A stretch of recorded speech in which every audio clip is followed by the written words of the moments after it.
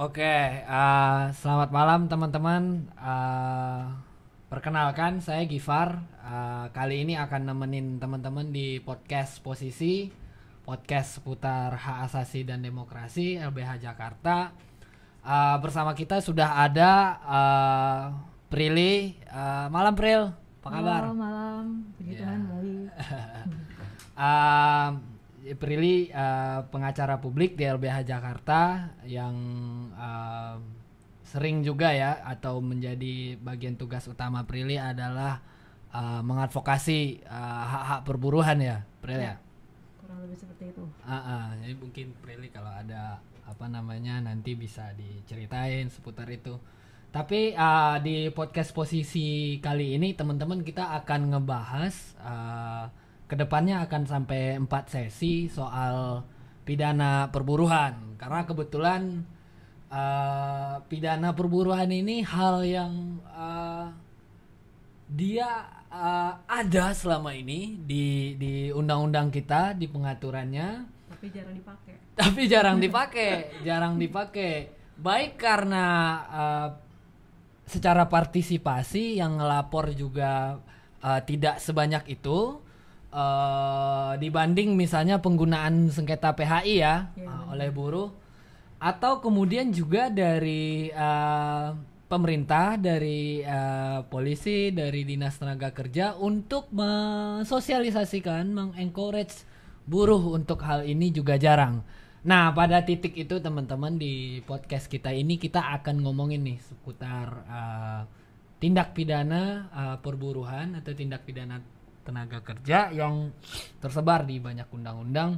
Tapi sebelum ke situ kita mau nanya-nanya dulu nih, biar kita ngerti nih dari awal apa sih pidana perburuhan itu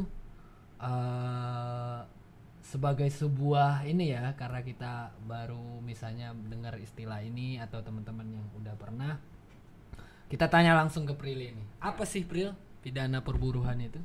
Ya, jadi benar kata Gifar. Jadi pidana perburuhan itu kalau ditanya sama teman-teman pekerja, buruh atau karyawan lah ya, apa sih, kayak karyawan juga buruh ya? Iya, dia sebagai cuma nama lain aja. Oke, ya, terus? Jadi itu hal yang bisa dibilang baru, bahkan mungkin beberapa orang apaan sih pidana perburuhan, apa yang sama aja lah, mungkin mikirnya gitu, sama aja kayak yang lain. Tapi sebenarnya halnya beda banget. Jadi pidana perburuhan sendiri ya dia tindak pidana khusus yang memang diatur di dalam peraturan perundang-undangan yang di bidang ketenagakerjaan. Jadi dia ada di dalam setiap undang-undang yang memang mengatur tentang ketenagakerjaan. Oke. Misalnya kalau kita mau sebutin undang-undangnya, misalnya Undang-Undang Ketenagakerjaan 13 tahun 2003, Undang-Undang PPHI PPHI nggak ada, maaf. Undang-Undang Pekerja Serikat Buruh, terus BPJS gitu. Jadi biasanya di situ ada dan dia memang ya memberikan sanksi pidana untuk beberapa pelanggaran hukum ketenagakerjaan. Yang disanksi siapa? Yang melanggar siapa? Yang melanggar adalah si perusahaan yang pasti. Dan biasanya kalau kita pakai logika korporasi, misalnya kalau dia PT kan biasanya bertanggung jawab direktur gitu. Oke. Tinggal tergantung kita bisa masuk penjara tuh direkturnya kalau misalnya terbukti melanggar. Iya, ada hukumannya, ada penjaranya. Ada denda juga. Ada denda juga. Oke. Jadi bedanya itu kalau misalnya kan kalau kita tahu ya kawan-kawan, mungkin juga di lapangan, di pengalaman di dunia kerja, di pabrik, mungkin buat teman-teman yang buruh sektor formal atau kemudian teman-teman buruh kantoran dan seterusnya, kalau kita mau mengetahui nih Pril, bahwa ada tindak pidana perburuhan, tapi juga ada misalnya yang kita paham, misalnya kalau gue di PHK, gue protes nih, gue di PHK gitu, atau kemudian slip gaji gue nih ada dipotong nih iuran BPJS, tapi kemudian nggak dibayarkan dan seterusnya. Bedanya tuh upaya hukum kita meminta hak kita ini dengan pidana perburuan itu apa kan, karena yang kita tahu lapor dinas, mediasi sama perusahaan, bipartit, tripartit. Apa sih bedanya sama pidana perburuan gitu? Jadi gini, mungkin pertama sebelum ke situ gini, mau coba, nggak semua pelanggaran ketenagakerjaan itu ada hukuman pidananya.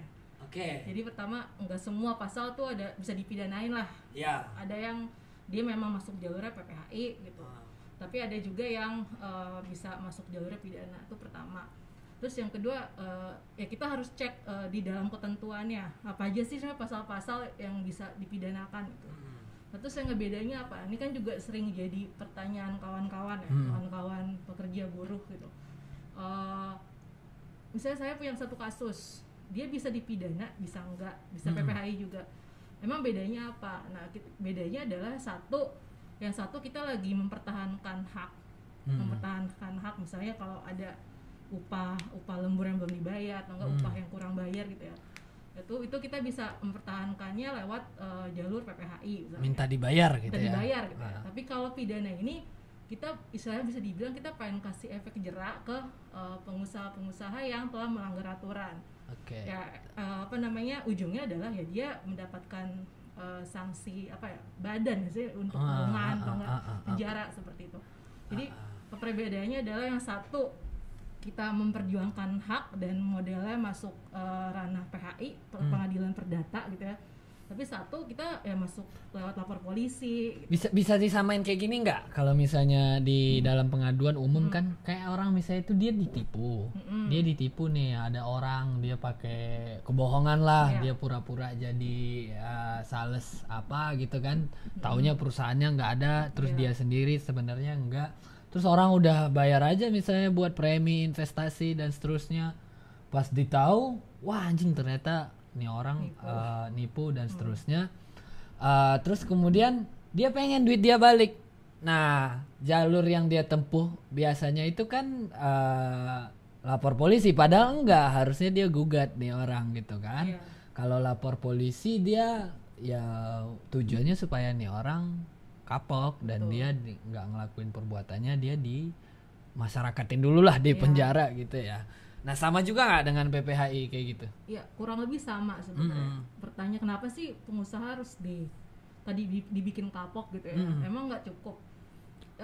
Ya buat beberapa orang ya mungkin tadi untuk mendapatkan haknya kembali aja pun cukup. Tapi masalah di lapangan nggak semudah itu gitu.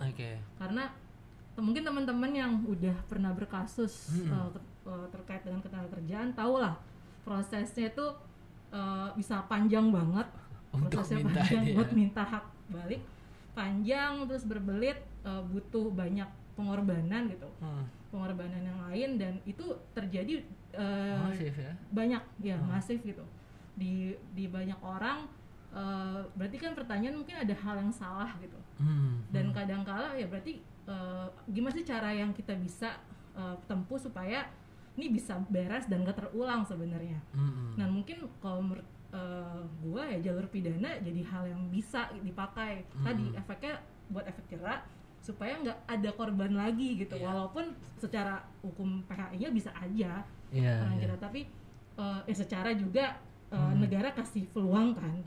Kalau negara nggak kasih peluang ya mungkin kita nggak akan pernah pakai. Tapi ya tadi ketika kita ada peluangnya, dan bagaimana supaya tidak berulang, apalagi kalau kita tahu mungkin kita bisa flashback bahwa posisi buruh dan pengusaha itu kan sebenarnya nggak seimbang. Gitu. Itu ada tuh kalau kita belajar hukum perburuhan, anak hukum di kuliah kan diajarin ini, menurut gue lupa deh teori siapa, buruh itu dia posisinya di bawah dari pengusaha dan negara harus ngangkat nih posisi buruh dengan instrumen hukum gitu ya. Nah maksudnya itu kali ya. Iya, jadi karena tadi posisi yang nggak seimbang, ya mungkin negara melalui jalur PPHI mencoba untuk menyamakan, tapi kita tahu prakteknya nggak semudah itu, bahkan nggak akan bisa gitu. Nah ya jalur pidana diharapkan jadi alternatif sebenarnya, jadi alternatif supaya tadi jalur yang satu mentok, ada jalur lain yang bisa dipakai sama teman-teman buruh, teman-teman pekerja gitu. Jadi ini jadi alternatif buat kawan-kawan kalau ternyata jalur ini nggak bisa, ini ada satu lagi, dan itu yang selama ini belum diketahui oleh orang banyak. Oke. Kalau dari segi jumlah, Fril, pelanggaran tenaga kerjaan ini kan ada banyak ya, administratif, pelanggaran hak normatif yang nanti ujungnya ke perselisihan, ada juga pidana kan tadi, pidana perburuan. Itu banyak gak sih kalau dari catatan yang teman-teman catat? Nih kalau gue ngambil data dari Catahu aja ya, Catahu LBH Jakarta 2020. Kalau secara global tentang hukum pelanggaran ya, atau enggak karena tadi LBH Jakarta tempat konsultasi hukum, kita pakai berdasarkan pengaduan gitu ya. Kalau pakai pengaduan yang datang ke LBH Jakarta secara keseluruhan tuh selama 1 tahun ini ada untuk pidana perburuan sendiri itu 19 kasus. Di luar pidana perburuan pasti akan ada lebih banyak lagi. Nanti teman-teman kalau mau baca bisa buka website LBH Jakarta, unduh sendiri catatannya gitu ya. Ada 19 pidana perburuan. Iya, kalau untuk tahun ini 19 pengaduan, terus pencari keadilannya 1766. Dan tuh bukan hal yang sedikit, tuh banyak gitu kan. Apalagi di tengah Covid, bisa jadi jumlah orang yang merasakan pelanggaran lebih banyak. Apalagi kan kita tahu banyak PHK, enggak upah nggak dibayar segala macam. Dan gitu. Mungkin juga bisa kita kaitin ya dampak buruh ini kan rata-rata tulang punggung keluarga buat nyari duit dan seterusnya. Nah,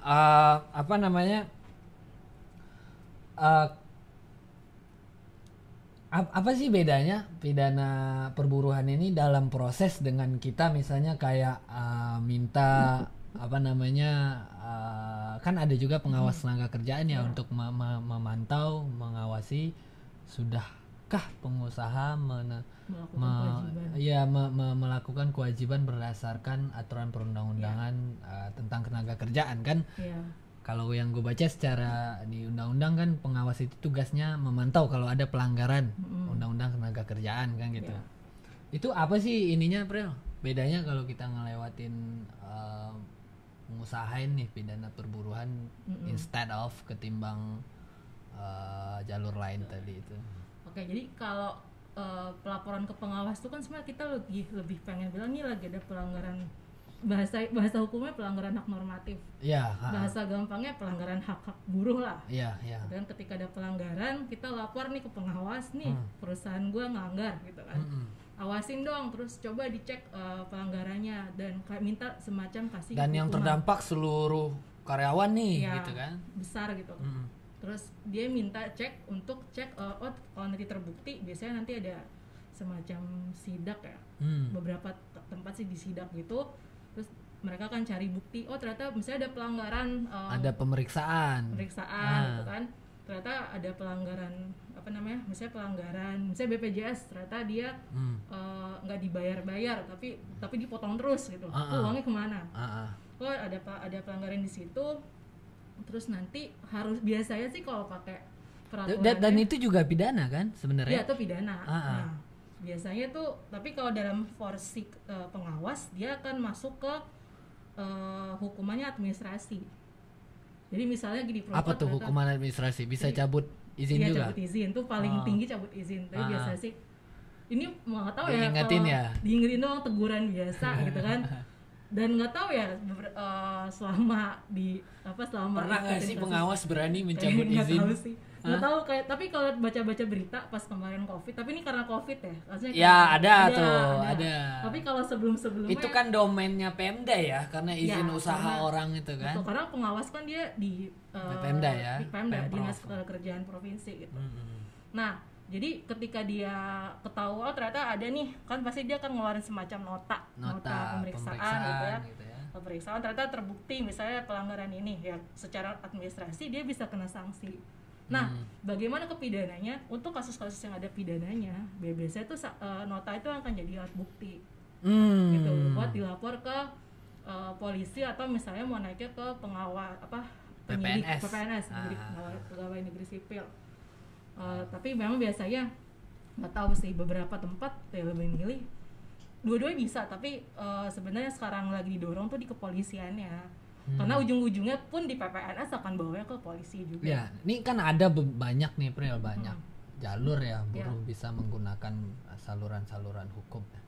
Urgensi menggunakan jalur pidana, atau kalau kita dengar belakangan kan teman-teman aktif juga untuk mendorong adanya direktorat pidana perburuhan gitu ya. Apa sih urgensinya, kan ada jalur lain juga gitu loh. Urgensinya gini, jadi kalau berdasarkan data dulu deh. Tapi memang nih datanya LBH Jakarta. Aku coba ngambil dari data tahun 2017 sampai 2020. Kurang lebih LBH Jakarta tuh punya sekitar, contekannya belum ketemu. Biar nggak salah angka. Iya, biar nggak salah. Nah, 2017 sampai 2020 ya, tuh dalam rentan waktu 3 tahunan kita tuh dapat 31 pengaduan. 31 pengaduan mewakili intinya tuh 12.782 pencari keadilan. Maksudnya tuh orang per orangnya. Dari 31 pengaduan ini orang yang jadi korban? Iya, 12.782. Ya. Jadi pertama sebenarnya kalau dibilang banyak, kasusnya banyak. Kasusnya pasti banyak gitu. Tapi tadi yang kayak di awal jalur itu ini baru yang ngadu ke LBH ya? Gitu. Apalagi di tempat wilayah lain juga ada. Udah gitu belum populer. Belum populer dalam arti orang belum tahu. Belum tersosialisasi. Orang masih mikir jalurnya PHI. Kita minta ke dinas. Dinas ya lapor gitu. Tapi ternyata terbukti 2 jalur itu nggak efektif juga. Kalau tadi ditanya lapor ke pengawas, emang berapa sih perusahaan yang mendapatkan saksi? Takut nggak sih perusahaan itu kalau misalnya? Bisa tanya ke bapak ke bapak ibu pengusaha. Ya harusnya takut. Tapi efektivitasnya tuh belum kelihatan. Gitu. Contoh deh, kita pernah waktu itu, tapi ini bukan pidana, tapi ini hal pelanggaran yang lain. Tentang THR deh. Iya. 2017 kita bikin posko, itu kita mencoba audiensi. THR ini pelanggaran tapi nggak pidana ya? Bukan, ya. Dia pelanggaran tapi bukan pidana. Jadi ya bilangnya sih udah, tapi teguran aja gitu. Tapi apakah teguran itu bisa menyelesaikan kasusnya, belum tentu. Gitu. Nah, tadi gue lupa pertanyaannya apa? Iya, maksudnya urgensinya. Urgensinya. Benar. Jadi tadi karena kasusnya banyak, jalur PHI dan pengawas pun juga nggak efektif. Tadi PHI ya, susahnya pasti pertama jangka waktu. Panjang bisa dibilang panjang karena selalu 3 tahap. Bipartit itu aja bisa, kalau kita tahan dengan bener-bener kan 1 bulanan. Kalau bener ya 30 hari kalau nggak salah. Belum kalau pihak lawannya lama-lama tuh bisa 2 bulanan proses. Belum lagi kalau lupa bikin risalah absen. Ulang lagi kan, disuruh ulang lagi. Terus kalau nggak selesai di bipartit, masuk ke tripartit, ya kan? Sama mediator ya. Di tingkat suku dinas atau dinas lah ya, kalau buat beberapa tempat ya. Itu juga sama, harus bisa 1 bulan atau nggak bisa lebih. Berapa kali sih itu? 2 kali ya? Pertemuan bisa, tergantung mediatornya sih ya. Tergantung kedua belah pihak. Kalau emang kedua belah pihak pengen selesai di situ kan biasanya mereka mengusahakan. Terus kalau nggak selesai lanjut ke pengadilan ya, PHI. PHI itu paling cepet 6 bulan. Itu paling cepet lah, kurang lebih 6 bulan. Bisa lebih. Terus kalau nggak puas pasti upaya hukum kasasi gitu. Kasasi itu 1 tahun, 300 berapa puluhan hari. Jadi totalnya berarti udah bisa 2 tahun lah. 2 tahun tuh udah paling cepat. Bahkan ada sampai 3 tahun buat sampai kasasi. Dengan waktu dan biaya juga kan, nggak semua buruh kan ketika dia punya masalah ketenaga kerjaan langsung bisa dapat kerja atau nggak penghasilan yang baru gitu. Kadang-kadang dia ya di Indonesia cari kerja sulit gitu.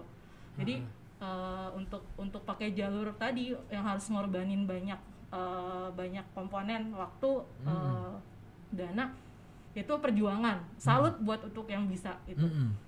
Nah, artinya nggak semua juga nih yang mampu ini ya, kalau di catatan kita ya. Bahkan beberapa orang kan akhirnya kan milih ya udahlah pasrah gitu kan, karena ya udahlah, di apa namanya, biasanya kan ada tawaran, ya kamu mundurin diri aja tapi dikasih dapat segini gitu kan. Karena beberapa orang realistis kayak, gue hitung-hitungan kalau gue 2 tahun harus maksimal 2 tahun juga sama aja gitu. Akhirnya dengan cara seperti itu, menurut LBH Jakarta pidana perburuhan jadi alternatif tadi gitu. Dan kenapa dia urgent? Ya karena tadi 2 jalur tadi tuh nggak bisa dibilang stuck. Masih langgeng ya. Bisa dibilang gini nggak? 2 jalur itu yang nggak memberikan daya daya shock atau efek jerak ke pengusaha dalam melakukan pelanggaran hak normatif. Artinya itu tidak mendorong perubahan apapun perilaku ya, perubahan itu ya. Kan yang diharapin kan ketika maksudnya kasus banyak harusnya kan ada perubahan. Maksudnya kalau kasus banyak tuh kan berarti ada pertanda kan ada masalah besarnya. Ada struktural kan. Apalagi kalau pakai undang-undang PPH itu 2001 2019 tahun. Terus ternyata masalahnya nggak selesai gitu. Berarti kan ada masalah lain. Nah, belum lagi PHI itu kan ada batasan waktu, tapi kemudian bablas mulu kan. Jadi ini ada satu cara yang bisa dipakai, secara hukum ada, dasar hukumnya ada, tapi nggak pernah dimaksimalkan gitu. Dan kenapa kita urgent ini untuk mendorong supaya bisa dipakai?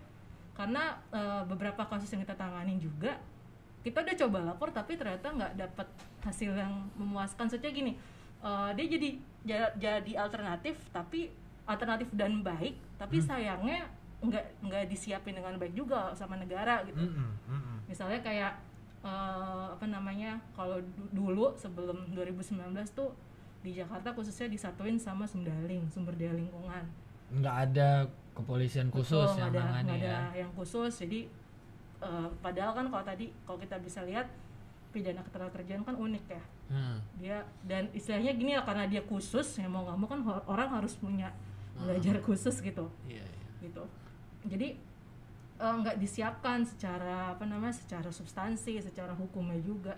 Jadi banyak kasus yang dilaporin karena tadi kekosongan hukumnya di situ, ujung-ujungnya udah damai atau enggak lanjut gitu. Nah, jadi kenapa nih urgent? Karena tadi banyak korban yang butuh jalan lain, butuh alternatif, dan ada jalannya, tapi jalannya itu juga masih perlu dibongkar dikit lah supaya rapi gitu kan. Bukan bongkar rapi, maksudnya perlu diberesin, perlu diberesin gitu kan. Beresin ya, makanya LBH Jakarta ini udah advokasi udah lama banget. Gue lupa dari tahun 2000 berapa ya, 2000 udah lama lah LBH Jakarta, 2003 undang-undangnya. Terus pokoknya udah mulai kedengeran 2013-an kayaknya udah mulai naik tuh. Terus baru sekarang 2020 juga masih didorong gitu. Jadi karena kita pengen kasih kita pengen supaya hal ini dipakai dengan baik, makanya LBH Jakarta dorong itu. Urgentnya di situ sih sebenarnya. Gitu. Tapi persoalan ini kan memang jadi persoalan di banyak lini ya, undang-undang khusus yang kemudian ada sanksi pidana. Di lingkungan kan kita juga dengar Kementerian Lingkungan Hidup dan Kehutanan hanya mau gugat, tapi untuk menyangsi mempidanakan perusahaannya jarang kayak gitu-gitu. Nah ini memangnya fenomena umum, tidak terkecuali juga ya di pidana perburuhan ya. Artinya memang keberanian pemerintah kita untuk mempidana orang-orang yang posisinya secara kelas sosial di masyarakat ya memang posisinya cukup kuat ya, pengusaha, pejabat gitu-gitu. Oke, nah 2019 kan Prilly nyebutin udah ada tuh des pidana perburuhan. Itu gimana tuh sampai sekarang? Iniannya lah, kiprah, peran dan catatannya lah. Jadi gitu. Kalau teman-teman ingat 2019 itu kan ada Jokowi kan waktu itu ngundang sebelum tanggal 1 Mei. Pak Jokowi itu ngundang beberapa presiden Serikat Buruh yang datang ke istana. Gue ingat tanggal 26 April. Ya, jadi diundang lah ke istana, terus diminta tuh ngobrol.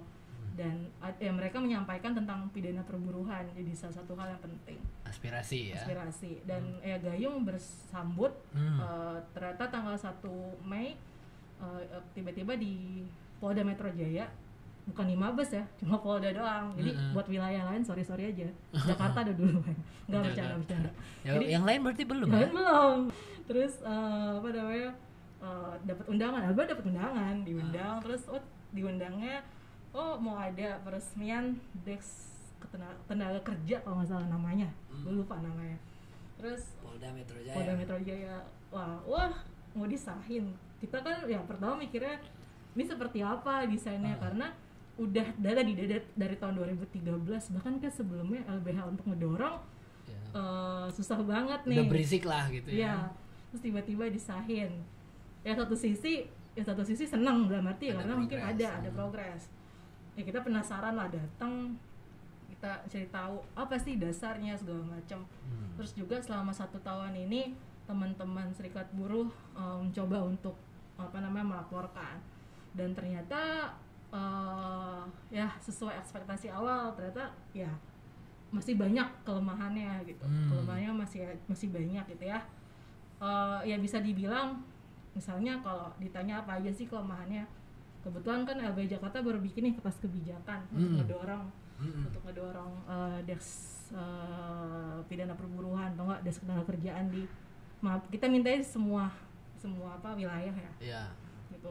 Saya permasalahannya satu, misalnya di struktur hukumnya, misalnya kita bisa bilang ternyata tuh ruang unit khususnya itu ternyata enggak seperti yang kita bayangin. Jadi dia sebenarnya yang kita bayangin apa? Yang kita bayangin jadinya dia seperti apa? Ya, yang kita bayangin dia punya subunit khusus sendiri gitu. Jadi misalnya ya saya unit adalah beberapa polisi gitu ya yang kerjasama khusus, di tim itu. Dan dia khusus buat ngomongin pidana ketenagakerjaan. Tapi ternyata dia masih di bawah Sumdaling juga. Jadi dia masih dalam satu unit Sumdaling juga sebenarnya, tapi kayak subunit. Iya, subunit Sumdaling gitu. Nggak tahu sih beda. Kan polisi itu kan biasanya dia ada direktorat ya. Terus subdirektorat, terus unit-unit, terus kemudian baru apa tuh di bawah itu? Bingung juga sebenarnya, kita juga bingung gitu. Jadi tetap aja gandengan sebenarnya. Padahal harapan kita bisa bikin sendiri. Ya satu sendiri lah, setara tuh sama cybercrime gitu loh kalau bisa. Ya kan? Nah terus ternyata dari teman-teman serikat buruh yang coba untuk ngadu selama 1 tahun. Yang respon mereka adalah yang nggak maksimal pelayanannya gitu. Misalnya tantangan yang dihadapin apa tuh? Misalnya kesulitannya ya petugasnya nggak banyak lah bisa dibilang gitu. Terus ruangnya, jadi model Deks pidana itu lebih kayak konseling. Kayak konseling biasa, bukan jadi untuk nanya nih ini pasal ini masuk gak nih? Iya benar. Jadi mereka konseling unsur-unsur ya kalau ngobrolin di hukumnya. Misalnya nih, gue punya kasus ini nih, gue ketua serikat buruh, gue dipecat. Didiskusikan, nih masuk nggak jadi pidana perburuhan gitu. Ya kalau nggak masuk ya nggak lanjut. Gitu. Ada ya gitulah. Jadi ruang konseling. Jadi bukan diadakan penyelidikan dulu. Kayaknya bukan. Mereka tuh masuknya mereka tuh. Jadi ada resiko bahwa ditolak di awal masih. Di awal gitu. Jadi masih kayak konseling aja, nggak tahu sih. Mungkin nanti bisa kita gali lebih lanjut kenapa sih modelnya gitu ya. Terus juga ya struktur hukumnya seperti itu, jumlahnya nggak cukup, terus tempatnya ternyata bukan sesuai, terus lembaga pengawasnya masih kurang gitu ya. Terus yang kedua juga substansi hukumnya gitu, dasar hukumnya nggak jelas gitu kan. Jadi waktu peresmian seingat harusnya apa tuh dasar hukumnya, Bro? Ya kalau minimal sih ada perkap atau apapun lah ya semacam. Tapi sekarang nggak ada ya, misalnya perpres, PP misalnya kalau bisa kan, atau kita sih nggak tahu tiba-tiba muncul. Surat keputusan juga nggak ada. Nggak, seingat gue tuh waktu pidato pembukaan peresmian berdasarkan apa tuh namanya perintah apa sih ngomong arahan iya apa? arahan verbal ya. Mm-mm. Ya semacam itulah Iya, gitu iya. dari presiden langsung. Jadi Gitu. dasar hukum pendiriannya itu. Heeh. Jadi belum ada secara apa ya? Secara kertas hitam di atas putih itu belum ada. Jadi secara fungsi biar polisi ini punya taji gitu untuk mempidanakan pengusaha yang melanggar aturan-aturan tenaga kerjaan, Des ini belum menjalankan. Belum. Masih formalitasnya ada lah gitu. Gitu. Dan itu akan jadi masalah sih, akan jadi masalah. Terus juga tadi pada saat tadi orang-orang konseling tuh tadi menurut kita secara bukti udah kuat nih ya. Iya. Tapi ternyata diresponnya beda gitu. Kita sih berpendapat ya teman-teman di sana belum ngerti gitu, belum ngerti tentang kenapa sih kerjaan seperti ini masalahnya. Jadi mereka belum memahami itu dengan baik.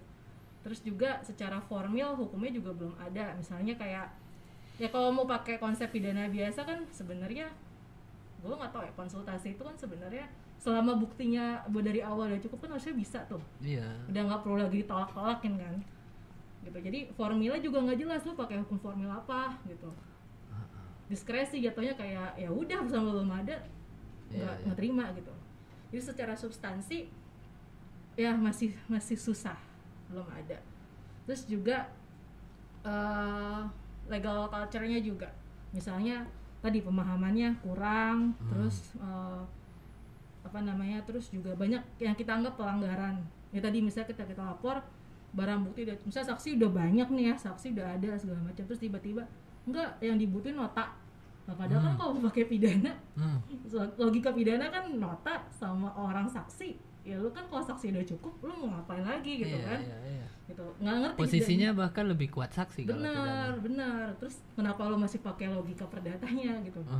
Atau administrasi kan? Terus kalau mau ditanya dasar hukumnya apa ya bingung juga, karena tadi berhubungan sama yang tadi gitu. Dan kalau pertemuan kita tuh banyak kasus ya udah dikonsultasi nggak lolos nggak bisa lapor gitu. Kalaupun ada yang berhasil lapor, kebetulan kalau nggak salah banyaknya 3 yang berhasil bikin laporan, itu kan akan stuck gitu. LP-nya keluar tapi nggak jelas gitu, nggak jelas untuk apa, nggak jelas nih sampai mana tahapannya gitu. Jadi ya tadi lah tuh temboknya masih tinggi juga gitu, tapi minimal sebenarnya sudah ada pergerakan sih.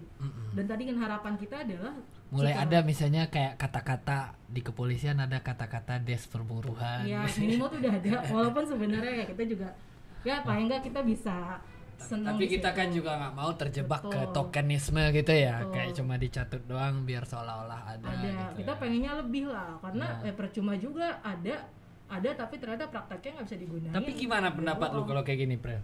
Ini Pak Jokowi misalnya, atau presiden, pemerintah, gubernur nih, dia mau usaha di satu daerah itu maju, pabrik-pabrik, perusahaan dan seterusnya. Dengan ditegakkannya pidana perburuhan, mendorong misalnya kemajuan ekonomi nggak sebenarnya? Karena gini juga, kan kadang-kadang di berkembang juga anggapan bahwa kalau misalnya kita menggunakan pendekatan pidana, nanti orang nggak mau lagi berinvestasi, dia pindah ke luar negeri dan seterusnya. Kayak juga kemarin terhadap KPK kan ada pandangan-pandangan kayak gitu. Itu kalau teman-teman itu diskusi di serikat, pendapatnya gimana? Ya. Jadi gini kan sebenarnya kan karena gini ya, sebenarnya selama intinya kan kalau nggak ada yang ngelanggar gitu, nggak masalah kan. Justru kan kalau semakin jelas ada semacam rules atau nggak misalnya aturan main yang ada, harusnya kan siapapun bisa puas dengan itu gitu loh. Harusnya kan itu toh hakikat hukum kan sebenarnya bisa ngasih perlindungan ke siapapun, bukan cuma ke buruh aja, tapi harusnya bisa semua orang, walaupun tadi konsep yang nggak setara tadi harusnya buruh bisa lebih karena dia posisinya di bawah. Tapi masalahnya gini ya, teman-teman juga butuh kepastian hukum gitu. Teman-teman serikat buruh juga butuh kepastian bahwa masa ini hukumnya ada, nggak bisa digunakan dengan baik gitu kan. Sedangkan teman-teman Pidananya buruh ada nyantol di undang-undang nih. Iya, sedangkan teman-teman buruh istilahnya kalau dilaporin pidana tuh cepet banget gitu. Maksudnya ada perbedaan perlakuan sebenarnya.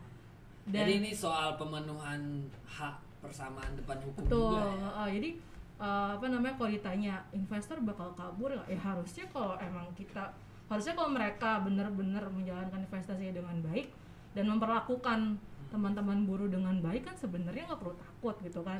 Apa sih yang mau ditakutin gitu. Toh teman-teman buruh juga nggak misalnya kalau kita ngobrol sama mereka juga mengerti gitu, oh harus seperti apa gitu. Dan justru harusnya bisa dibilang diberikan untuk keadilan lah bagi semua, walaupun teman-teman buruh juga ngerti prakteknya ya negara harus berpihak ke mereka gitu. Iya bahkan kayak gitu. Dan juga sebenarnya kalau memang nggak melanggar kenapa takut sih gitu ya. Benar. Terus juga ada beberapa juga kan investor kayak di isu omnibus dan kemudian di isu lingkungan yang dia pengen berusaha bersih nih. Tapi kemudian dia nggak bisa bersaing karena ada yang kotor-kotor dibiarin kan kayak gitu. Juga ada kayak gitu yang gue dengar pandangan dari beberapa ahli alternatif ya terhadap itu. Nah, kalau dari teman-teman di aliansi nih Pril kan Prilly juga sering ya ngobrol-ngobrol sama serikat, aliansi gerakan buruh dan seterusnya. Ke depan tuh apa sih yang mau diusahain lagi untuk Des Pidana Perburuhan ini biar makin bisa berfungsi dengan baik lah di tengah tantangan ini. Omnibus sudah diperlakukan dan pandemi juga masih belum reda gitu ya. Kalau teman-teman sih berharap ini bukan cuma di Jakarta aja gitu.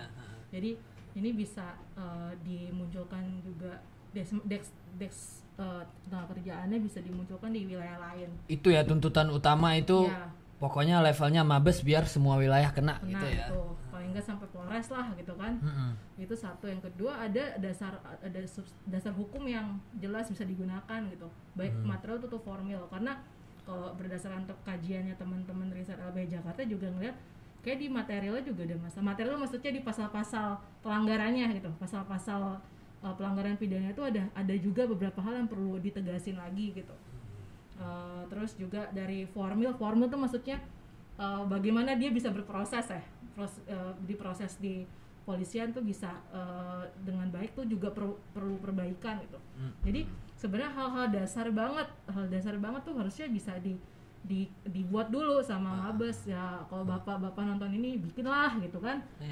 Karena penting banget, karena selama ini kita kebingungan misalnya SOP misalnya ya keluar kan SOP penyidikan perkap. Tindak pidana perburuhan ya gitu misalnya. Enggak kalau yang prosedur tadi kalau misalnya bener. Yang yang soal dasar tentu harus ada. Yang peraturan kan gitu sama kayak pemahaman tentang pidana ketenagakerjaan tuh harusnya bisa digali lagi sih. Karena emang agak rumit karena dia unik gitu, bisa dibilang unik.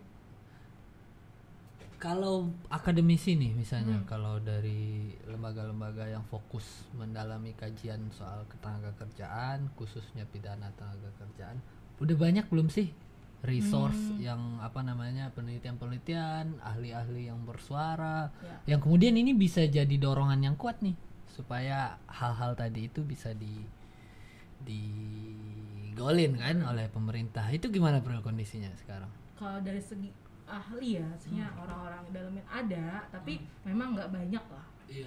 Dibanding isu-isu lain ya.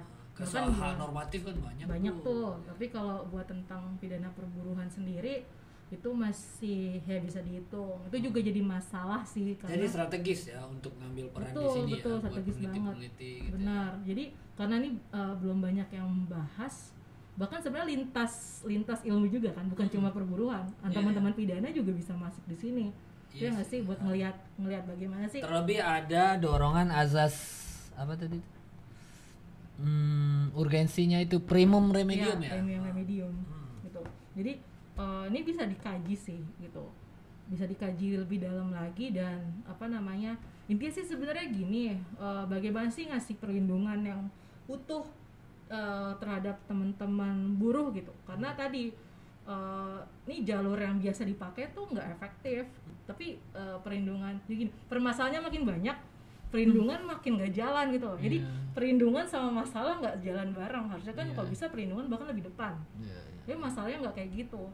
Akhirnya banyak teman-teman buruh kan akhirnya udahlah mendingan lanjut aja gitu, damai aja deh gitu. Kalau buat teman-teman yang sudah berserikat mungkin lebih tahu, karena tadi ada teman-teman serikatnya yang selalu ngedorong dan juga ada support system ada lah. Support systemnya gitu.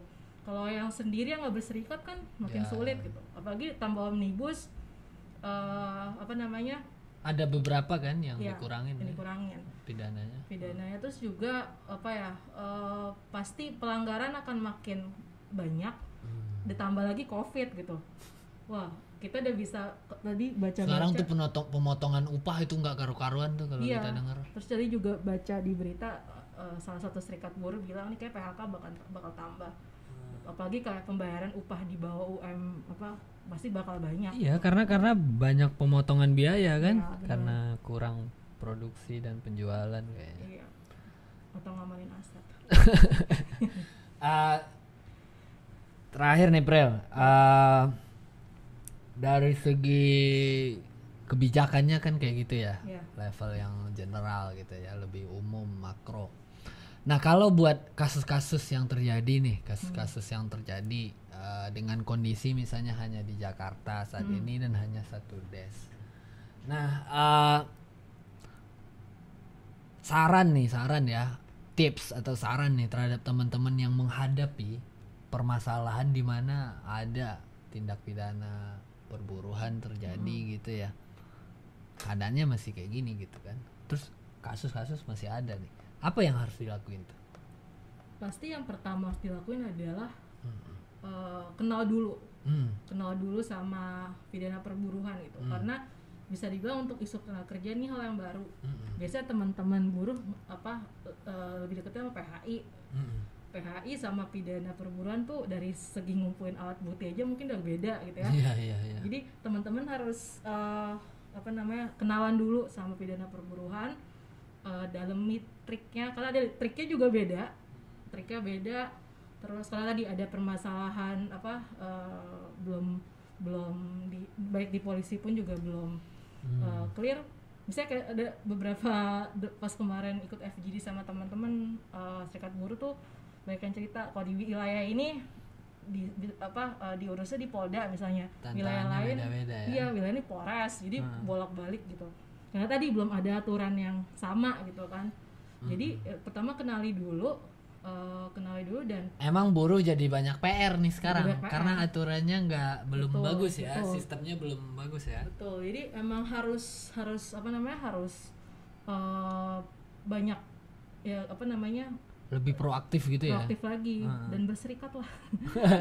Benar, biasanya dalam serikat kan teman-teman bisa belajar banyak gitu ya. Walaupun berserikat nanti ada union bustingnya juga ya. Resiko kita di PHK. Betul, resiko. Tapi minimal nggak sendiri sih, karena dengan berserikat kan teman-teman jadi banyak tahu gitu. Karena biasanya banyak tuh yang datang ke LBH Jakarta ada kasusnya pidana perburuhan. Ada serikat nggak Pak Bu gitu misalnya. Wah nggak ada sendiri, agak sulit juga gitu, karena dia ngeliat sendiri nggak ada yang bisa bersolidaritas gitu kan. Kalau berserikat itu kan teman-teman paling nggak ada yang bersolidaritas, ada yang bantuin, ada yang dukung gitu, dan teman-teman bisa belajar banyak di situ. Dan aku yakin, apalagi kalau bisa bikin koperasi, bisa minjem selagi berjuang kan. Betul, dan itulah pentingnya supaya kita tadi pidana perburuan kita bisa belajar di situ, gitu. Sama berani dorong kasusnya untuk dilaporkan, gitu. Karena kalau ya kita juga tahu tapi nggak digunain, mungkin susah juga. Terus sama ya aktif untuk melakukan advokasi ini, dorong di wilayah-wilayah lain. Dengan kita rajin melaporkan kan sebenarnya itu semacam dorongan halus ya. Saya bilang bahwa ini urgent gitu, ini harus diadain lah di sana gitu. Oke. Ada lagi nggak Prel yang perlu disampaikan nih ke teman-teman supaya semakin semakin memasyarakat, semakin akrab dengan perjuangan buruh nih soal penggunaan tools advokasi pidana perburuhan. Nanti kita kalau soal tips, soal teknik melaporkan dan sebagainya kita bisa bahas di satu sesi sendiri ya. Panjang. Perlu spoiler enggak? Iya, jadi kalau misalnya apa yang bisa dilakukan buat tips sama teman-teman ya? Bikin pelatihan kali ya? Bikin pelatihan soal pidana perburuhan di serikatnya, bisa. Atau misalnya cari serikat yang ada pelatihan itu terus kita ikut. Betul. Itu jadi kalau untuk misalnya cari tahu juga kan, misalnya kayak LB Jakarta kurang lebih udah banyak tuh semacam hasil-hasil kajian, buku-buku tentang pidana perburuhan. Teman-teman bisa cek di website gratis. Gratis, bisa diunduh gratis, baca di situ untuk untuk sebagai pengetahuan. Dan ini penting sih, maksudnya untuk teman-teman, apalagi kalau teman-teman kelas menengah atau enggak anak-anak muda ya. PPHI aja bingung. Yang juga buruh. Gitu, walaupun di kawasan Sudirman, Kuningan gitu kan. PPHI aja bingung gitu, apalagi tambah pidana perburuhan. PPHI itu apa aja? Iya, pasti nggak tahu. Enggak sih, foto aja gue. Mungkin tahu, tapi bingung caranya gitu kan. Maksudnya harus makin aware, harus makin sadar bahwa itu penting gitu. Karena apalagi di tengah kondisi kayak gini, resiko seorang buruh, seorang pekerja atau seorang karyawan untuk kehilangan haknya tuh makin besar. Dan harus bersiap gitu. Dalam arti gini, oke, bener rezeki emang dikasih Tuhan, tapi lo juga harus berjuang gitu. Jangan sampai rezeki yang udah dikasih nggak lo jaga gitu aja. Ya nggak sih? Masih perjuangin.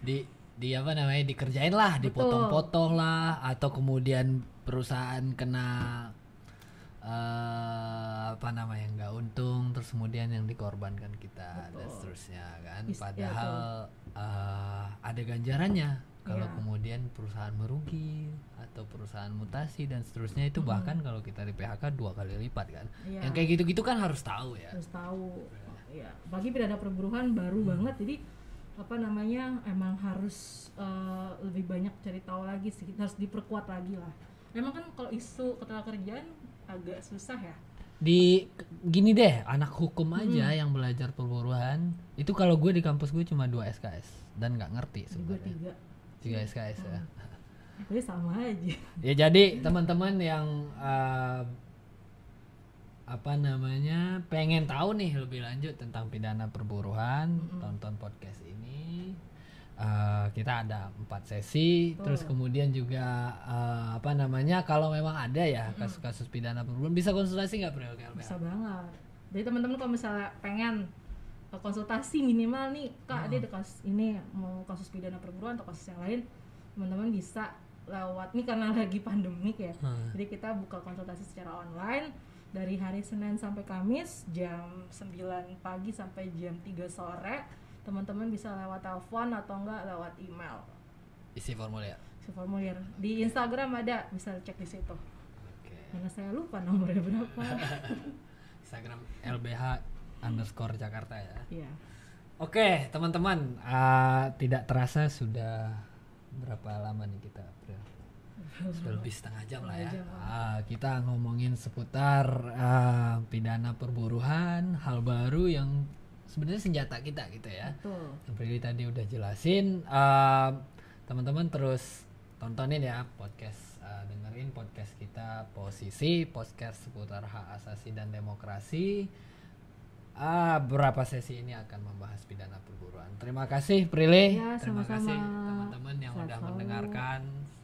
Salam sehat, selamat malam. Hidup buruh. Hidup buruh.